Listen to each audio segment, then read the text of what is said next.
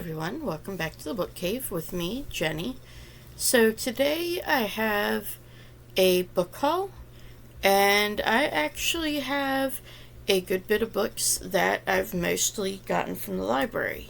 So I'm going to start out with a complete manga series, and that is Beyond the Clouds, and it is 5 volumes.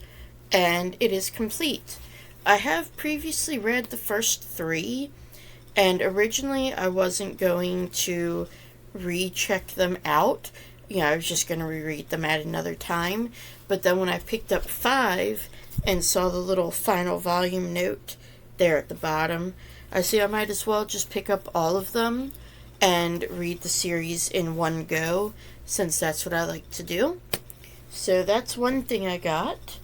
And then another manga is Komi Can't Communicate, Volume 31. Obviously, I've been trying to keep up with this, and if you've watched my vlog, you've seen that I did read Volume 30, and this one literally just came out. I put it on hold a couple weeks ago, and it was on order, and the library just received it. I am the very first one to get this, but they accidentally folded some of the pages. That makes me very sad. But I do believe this is getting ready to wrap up.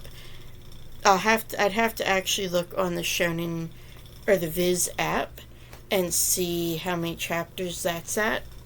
But yeah, so this is another one that I got. Then I also got, of course, Toilet Bound Hanako-kun, Volume 20, and this is, again, the most recent one, and obviously I really need to get into this series, because I'm obviously way behind. But yeah, I did enjoy the anime, and so I do plan to keep up on it. Then I got Done and Dusted and Swift and Saddled by Lila Sage. And these are Rebel Blue Ranch. And I did start Swift and Saddled first, just because I got that first. And yeah. So that one, I am about halfway through on chapter 19.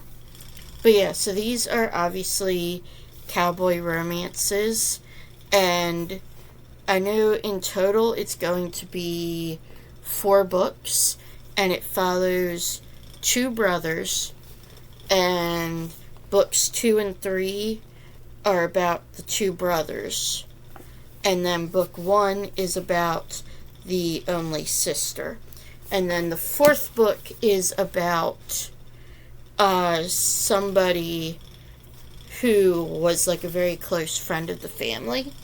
So yeah, it's like a fun little cowboy romance. Then I got Lunar New Year Love Story, and this is one that I just picked up because I liked the cover, and I don't really know a whole lot about it, other than I believe that the girl's family is cursed to not find love, and she has like a year to find love.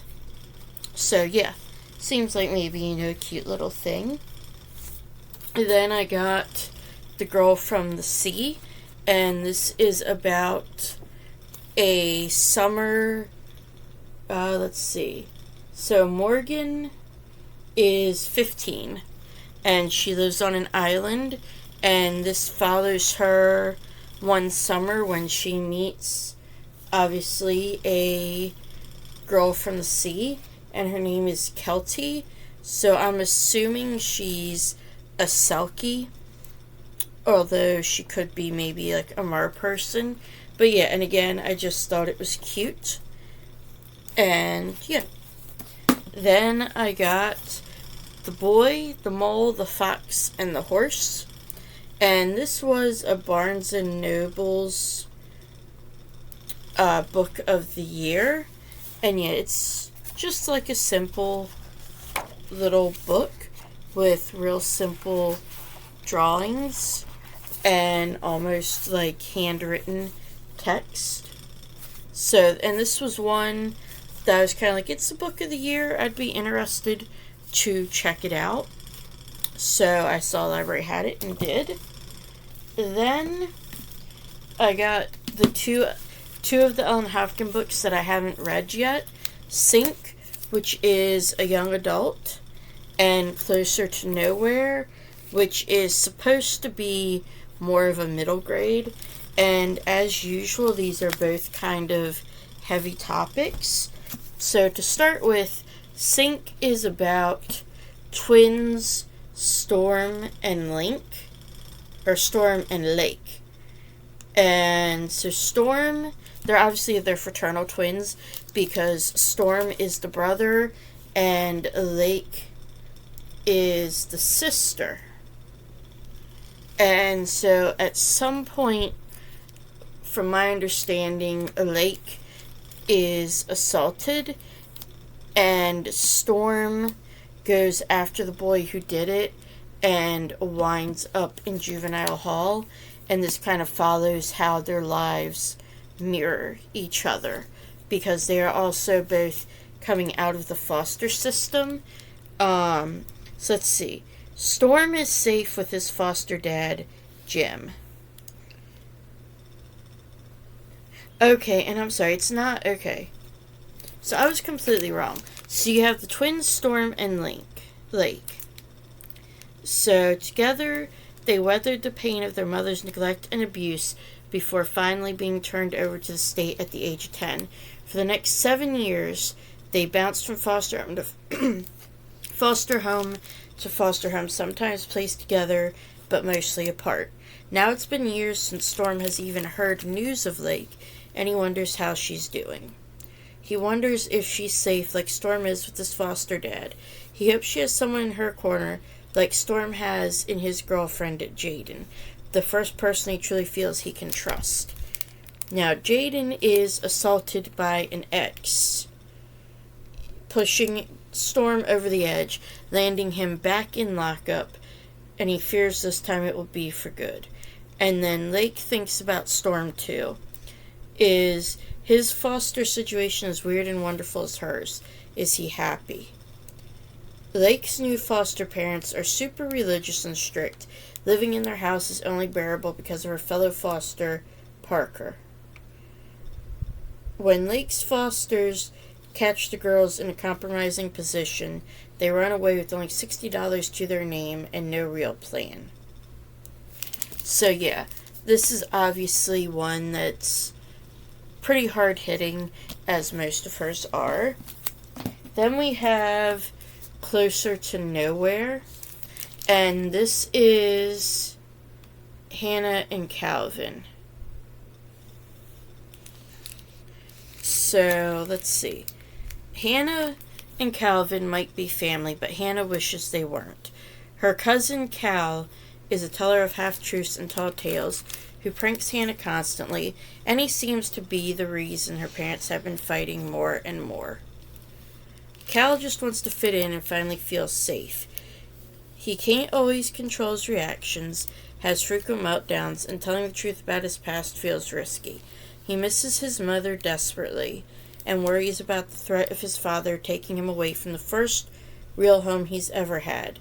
As tensions build at home and school, the two cousins will have to find a way to give each other a second chance. And this is supposed to be a middle grade. So yeah, I'm guessing they're going to be a little longer or a little younger than her other books. But both of these are also in free verse, like most of her books are as well. Then I have two books that if you've watched any of my weekly vlogs, you will have heard me talk about. Long Live Evil and Spell Shop, both of which I've already started, and I'm not very far into either. In fact, I'm about 40 pages into both of these, and I am enjoying them both. And yeah, if you want to hear more about those, you can check out my weekly vlogs, and when I do finally finish Long Live Evil, I'm going to have a full-length spoilerly vlog on that. I have already started it. I just need to continue the book. Then I have The Foxwife, and this is set in 1908 Manchuria, and it kind of is interesting in that it kind of goes between Manchuria, China, Korea, Japan, and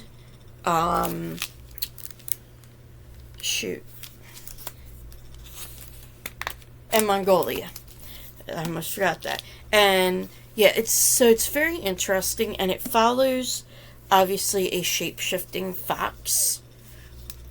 And yeah, I did start this as well, and I am at chapter 21, about 113 pages in.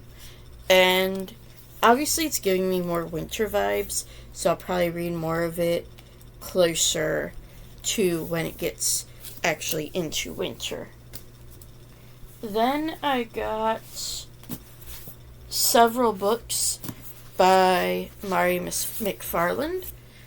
I got Just Last Night, If I Never Met You, Don't You Forget About Me, and Between Us. And I still have a few more on hold. And I heard Haley Pham talk about these, and then she did mention Between Us. It has a blurb from Emily Henry, and I really like Emily Henry. And when she spoke about these, I think the two she read were Just Last Night and Between Us, and she said they felt a lot like Emily Henry books, and I really do enjoy Emily Henry, so I decided to go ahead and start my journey on these.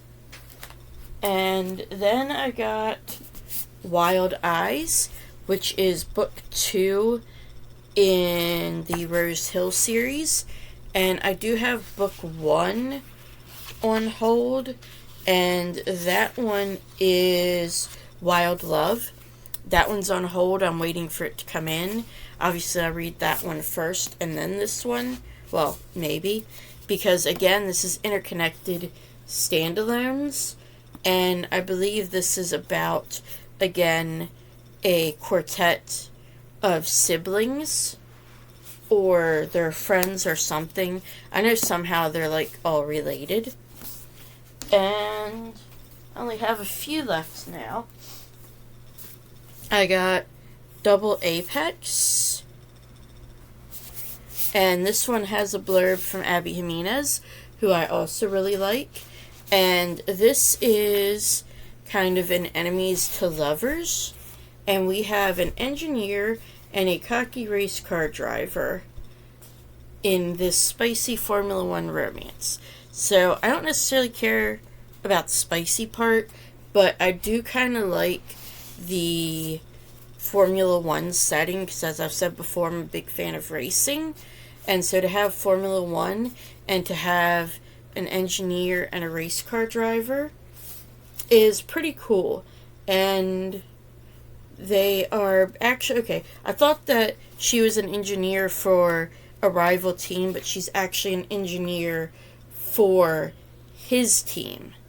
And so then obviously they have to work together because she has to engineer it for him. So yeah, this sounds like another fun one. And then finally, the last 3 books I got were The Dead Cattail Assassins, which is just a short little novella. And this is supposed to be about some sort of a undead assassin. It's actually kind of giving me the 9th Ninth House, I think it is. Gideon the Ninth, Nana the Ninth, those books. It's kind of giving me those vibes because, let's see, it says that those sworn to the matron of assassins, resurrected, deadly, wiped of their memories, have only 3 unbreakable vows. So yeah, it sounded really interesting, and like I said, it's pretty short. It is 213 pages, and it is a standalone. So yeah, I was definitely kind of interested to see how that went. And then I got The God and the Gumiho, which is about, obviously, a Gumiho is the 9-tailed fox shifter in Korean myth. And so it is about Kim Hani, and she was once known as the infamous Scarlet Fox. She has now retired and is working incognito in a coffee shop. And her favorite pastime is to annoy a particularly irritating, if unfairly handsome, trickster god. And that god is Seokuga the Fallen. He was exiled from the heavenly kingdom of Okwang and now resides in the mortal realm. He works towards his redemption. And so they wind up having to solve a mystery together and capture a demon. So yeah, this sounds like another kind of fun, unlikely allies that will have some fun banter. And again, it's a relatively short one. So yeah, I was definitely interested in that as well. And then the final 2 books I have, which I only have the one with me.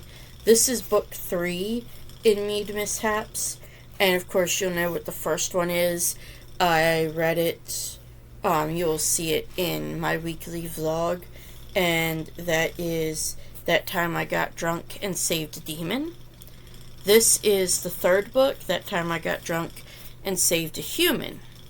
And this is about a girl named Cherry, who she winds up locked away in a dragon's tower.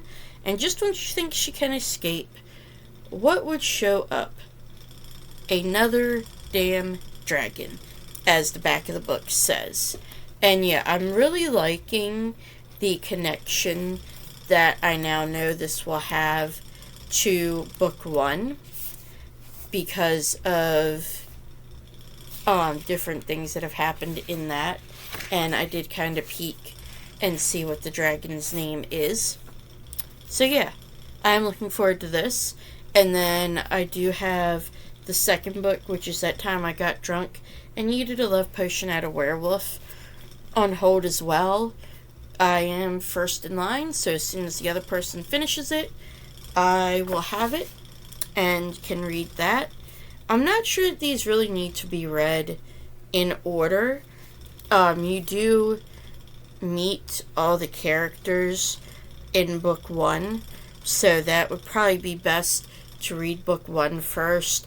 And I'm not sure if it really makes a difference if you read 2 or 3 next. But yes, that is all the books that I have collected over the past several months. And yeah, have you read any of these? Are there any that you're interested in? Which do you think sounds the best? Let me know down below in the comments. And as always, if you like this video, hit that like button and the subscribe button to be notified every time I post something new. And I'll have my Discord linked down below so we can chat there as well. And I will see you next time in the book cave.